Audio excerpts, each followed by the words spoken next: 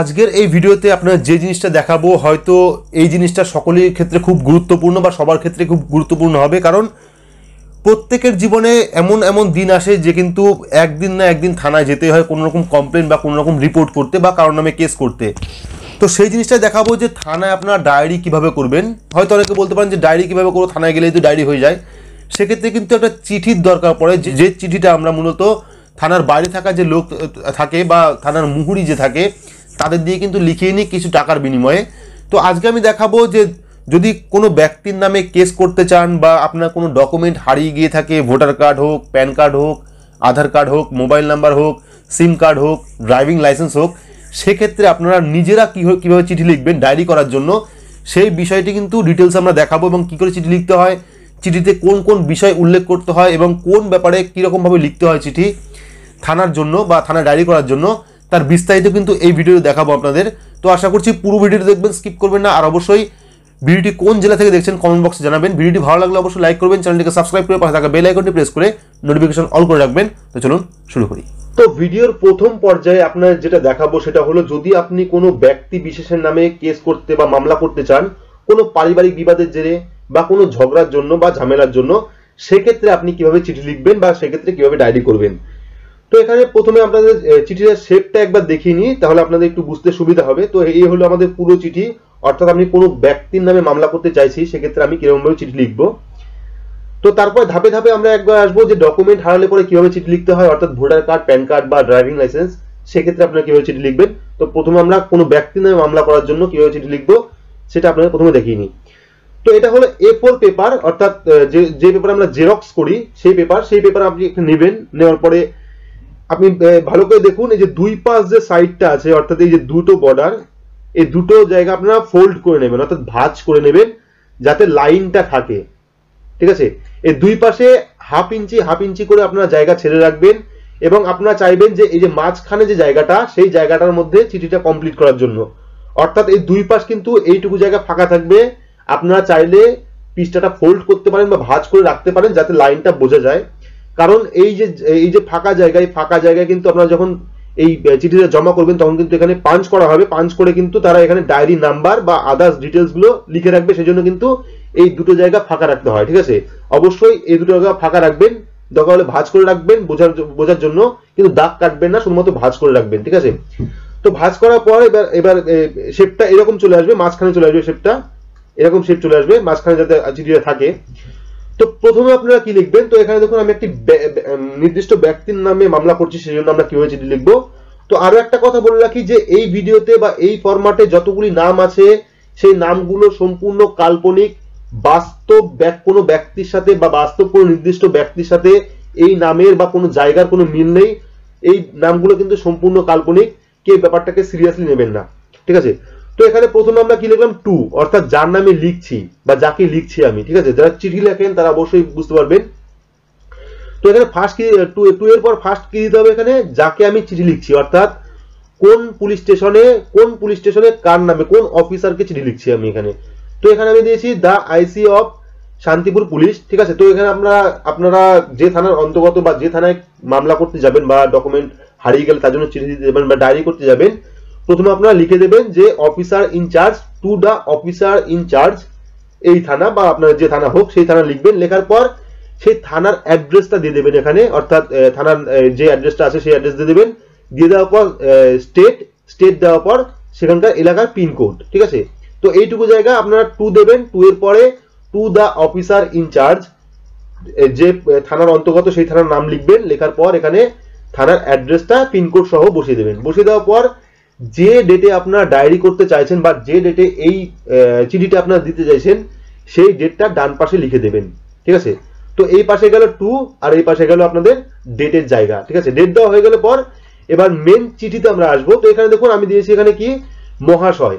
তো এখানে মহাশয় কেন দিলাম, একটি ব্যক্তিকে সম্মান জানানোর জন্য কিন্তু মহাশয় দিতে হয়, সেক্ষেত্রে আমরা মহাশয় দিয়েছি এই জায়গায়। তো মহাশয় জানানোর পর এবার মূল যে চিঠিটা সেই চিঠিটা আমরা দেখে নেব। তো এখানে দেখুন সবিনয় বিনীত নিবেদন এই যে আমি শ্রী অমুক, পিতা শ্রী অমুক এবং নিবাস অমুক জায়গা। ঠিক আছে, তো প্রথমে আপনারা সবিনয় বিনীত নিবেদন দিয়ে নিজের নাম, নিজের বাবার নাম এবং নিবাস অর্থাৎ আপনার বাসস্থানটা লিখে দেবেন।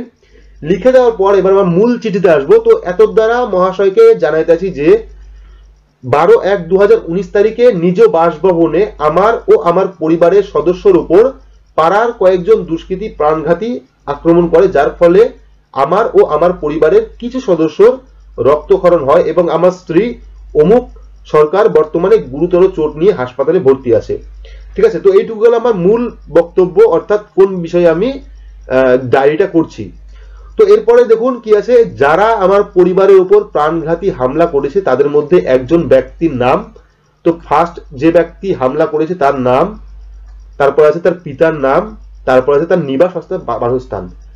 এবার আমি এখানে একজনের নাম লিখেছি, ভুল কোনো কারণবশত সেখানে দুজনের নাম হতে পারে, তিনজনের নাম হতে পারে, চারজনের নাম হতে পারে, সেক্ষেত্রে সেম ফরম্যাটে কিন্তু আপনারা লিখবেন। ঠিক আছে, তো এখানে আমি দিয়েছি যে যে ব্যক্তি আমার উপর হামলা করেছে বা আমার পরিবারের উপর হামলা করেছে তাদের নাম দিয়েছি এখানে। ঠিক আছে, আপনারা এভাবে সাজাবেন।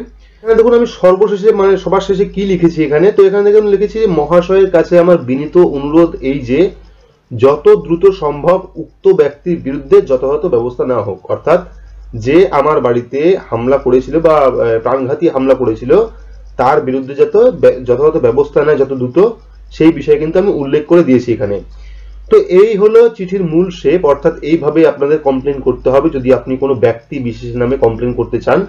এবং নিচে আপনারা দেখুন কি করবেন, তো নিচে এখানে দেখবেন ইতি লেখা আছে, তো এখানে আপনার নাম যাবে। তো এখানে ইতির মধ্যে আপনার নাম যাবে, অর্থাৎ নিচে আপনার নাম, নামের পর ঠিকানা, ঠিকানার পর পিনকোড, পিনকোডের পর যদি আপনি মোবাইল নাম্বার দিতে চান সেক্ষেত্রে মোবাইল নাম্বারটা দিয়ে দিবেন। দিয়ে দেওয়ার পরে এখানে দেখুন ঘটনার প্রত্যক্ষ সাক্ষী, অর্থাৎ যারা সাক্ষী আছেন বা যারা দেখেছেন আপনার উপর হামলা হওয়ার জন্য বা ঝগড়ার মূল কারণ তারা দেখেছে, সেক্ষেত্রে যে সাক্ষী আছে তার সাক্ষীর সই এবং তার টিপসই কিন্তু অবশ্যই এখানে দেবেন। ঠিক আছে, তো এইটা গেল মূল কোনো একটি ব্যক্তির নামে কেস করার জন্য, থানা ডায়েরি করার জন্য এই হলো ফরম্যাট, অর্থাৎ এই হলো চিঠির ব্যাপার। এইবার ধরুন আপনার কোনো ভোটার কার্ড, প্যান কার্ড বা ড্রাইভিং লাইসেন্স বা আধার কার্ড বা এটিএম কার্ড হারিয়ে গেছে, সেক্ষেত্রে আপনি কি করবেন, সমস্ত ফরম্যাটটা একই থাকবে, শুধুমাত্র এখানে আপনার লিখতে হবে এই যে এই জায়গাটায় আপনি লিখবেন সাবজেক্ট বা SUB। ঠিক আছে, সাবজেক্ট বা বিষয়। ঠিক আছে, যদি বাংলায় লেখেন সেক্ষেত্রে বিষয় লিখবেন, যদি ইংলিশে লেখেন সেক্ষেত্রে SUB লিখে একটা হাইপেন দিয়ে দেবেন। হাইপেন দেওয়ার পর এখানে কি লিখবেন, ধরুন আপনার ভোটার কার্ড হারিয়ে গেছে, সেক্ষেত্রে লিখবেন ভোটার কার্ড হারানোর জন্য আবেদন বা ভোটার কার্ডের জন্য আবেদন। ঠিক আছে, ভোটার কার্ড হারিয়ে গেছে সেজন্য আবেদন। তো আবেদনের পরে আপনারা সেম টু সেম একই থাকবে, মহাশয় সবিনয় বিনীত নিবেদন এই যে আমি অমুক, আমার পিতা অমুক, আমার নিবাস অমুক, এত তারিখে আমার ভোটার কার্ডটি যেটা ছিল সেটি কোনো কারণে হারিয়ে গেছে বা কোথাও ঘুরতে গেছিলাম বা জেরক্সের দোকানে গেছিলাম, সেখান থেকে আমার ভোটার কার্ডটি হারিয়ে গেছে, সেই জন্য আপনারা চেষ্টা করুন যতটা সম্ভব ডুপ্লিকেট ভোটার কার্ড যেন আমার নামে ইস্যু হয়ে যায়। ঠিক আছে, তো হয়ে গেল এইটুকুই মূল বিষয়। আপনারা লিখলেন যে কোন কারণে আপনার ভোটার কার্ড হারিয়েছিল বা কি কারণে আপনি চিঠিতে লিখছেন। তো লেখার পর এখানে ইতির জায়গায় সেম জিনিসই থাকবে, আপনার নাম, ঠিকানা, পিনকোড, মোবাইল নাম্বার একই থাকবে, শুধুমাত্র এই যে বা পাশের যে জায়গাটা আছে সেখানে আপনাকে দিতে হবে, ধরুন ভোটার কার্ড হারিয়েছে সেক্ষেত্রে ভোটার কার্ডের নাম্বার লিখবেন এখানে, অর্থাৎ এপিক নাম্বার দিয়ে প্রথমে এপিক নাম্বার লিখবেন এইটুকু জায়গায়, এপিক নাম্বার দিয়ে একটা হাইপেন দেবেন, হাইপেন দিয়ে আপনার ভোটার কার্ডের নাম্বারটা লিখে দেবেন। লিখে দেওয়ার পর আপনার মোবাইল নাম্বার দিয়ে দেবেন, মোবাইল নাম্বার দেওয়ার পরে পিনকোড বা আদার যা থাকে ফোন নাম্বার সেগুলো দিয়ে দেবেন। ঠিক আছে, সমস্ত বিষয়টা একই, শুধুমাত্র ফরম্যাটটা চেঞ্জ হয়ে যাবে, উপরের আর নিচের ফরম্যাটটা, এবং মাঝখানে ফরম্যাট কিন্তু আপনাকে নিজে লিখতে হবে, অর্থাৎ সবিনয় বিনীত নিবেদন এই যে আমি অমুক, আপনার বাবার নাম দিয়ে, আপনার নাম দিয়ে, নিবাস কোথায় আছে সেটা দিয়ে, কি কারণে হারিয়েছে বা কোথায় গিয়ে হারিয়েছে সেই জায়গার অ্যাড্রেসটা দেবেন এখানেই, এই মাঝখানে দিয়ে দেবেন। অর্থাৎ এই যে আমি ডিটেলসে বুঝিয়ে দিচ্ছি, সবিনয় বিনীত নিবেদন এই যে আমি অমুক সরকার, পিতা অমুক সরকার, নিবাস ওই জায়গা।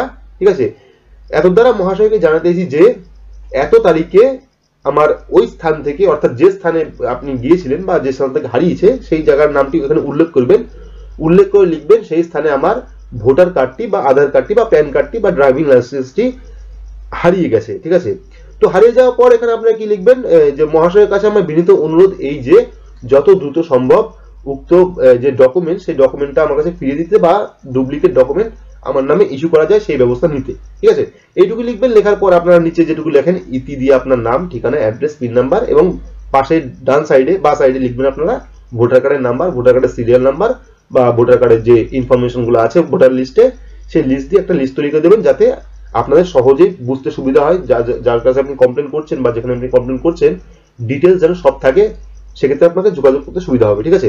আর অবশ্যই এইটুকু মনে রাখবেন যে এই দুই সাইডটা কিন্তু অবশ্যই ফাঁকা রাখবেন, যাতে আমি একটা ঘটনা বলি যে আমি একবার একটা ডায়েরি লিখতে গেছিলাম বা কোনো কারণে একটা ঝামেলার কারণে আমি একটা থানা ডায়েরি লিখতে গেছিলাম, সেক্ষেত্রে একটা মিস্টেক করেছিলাম আমি।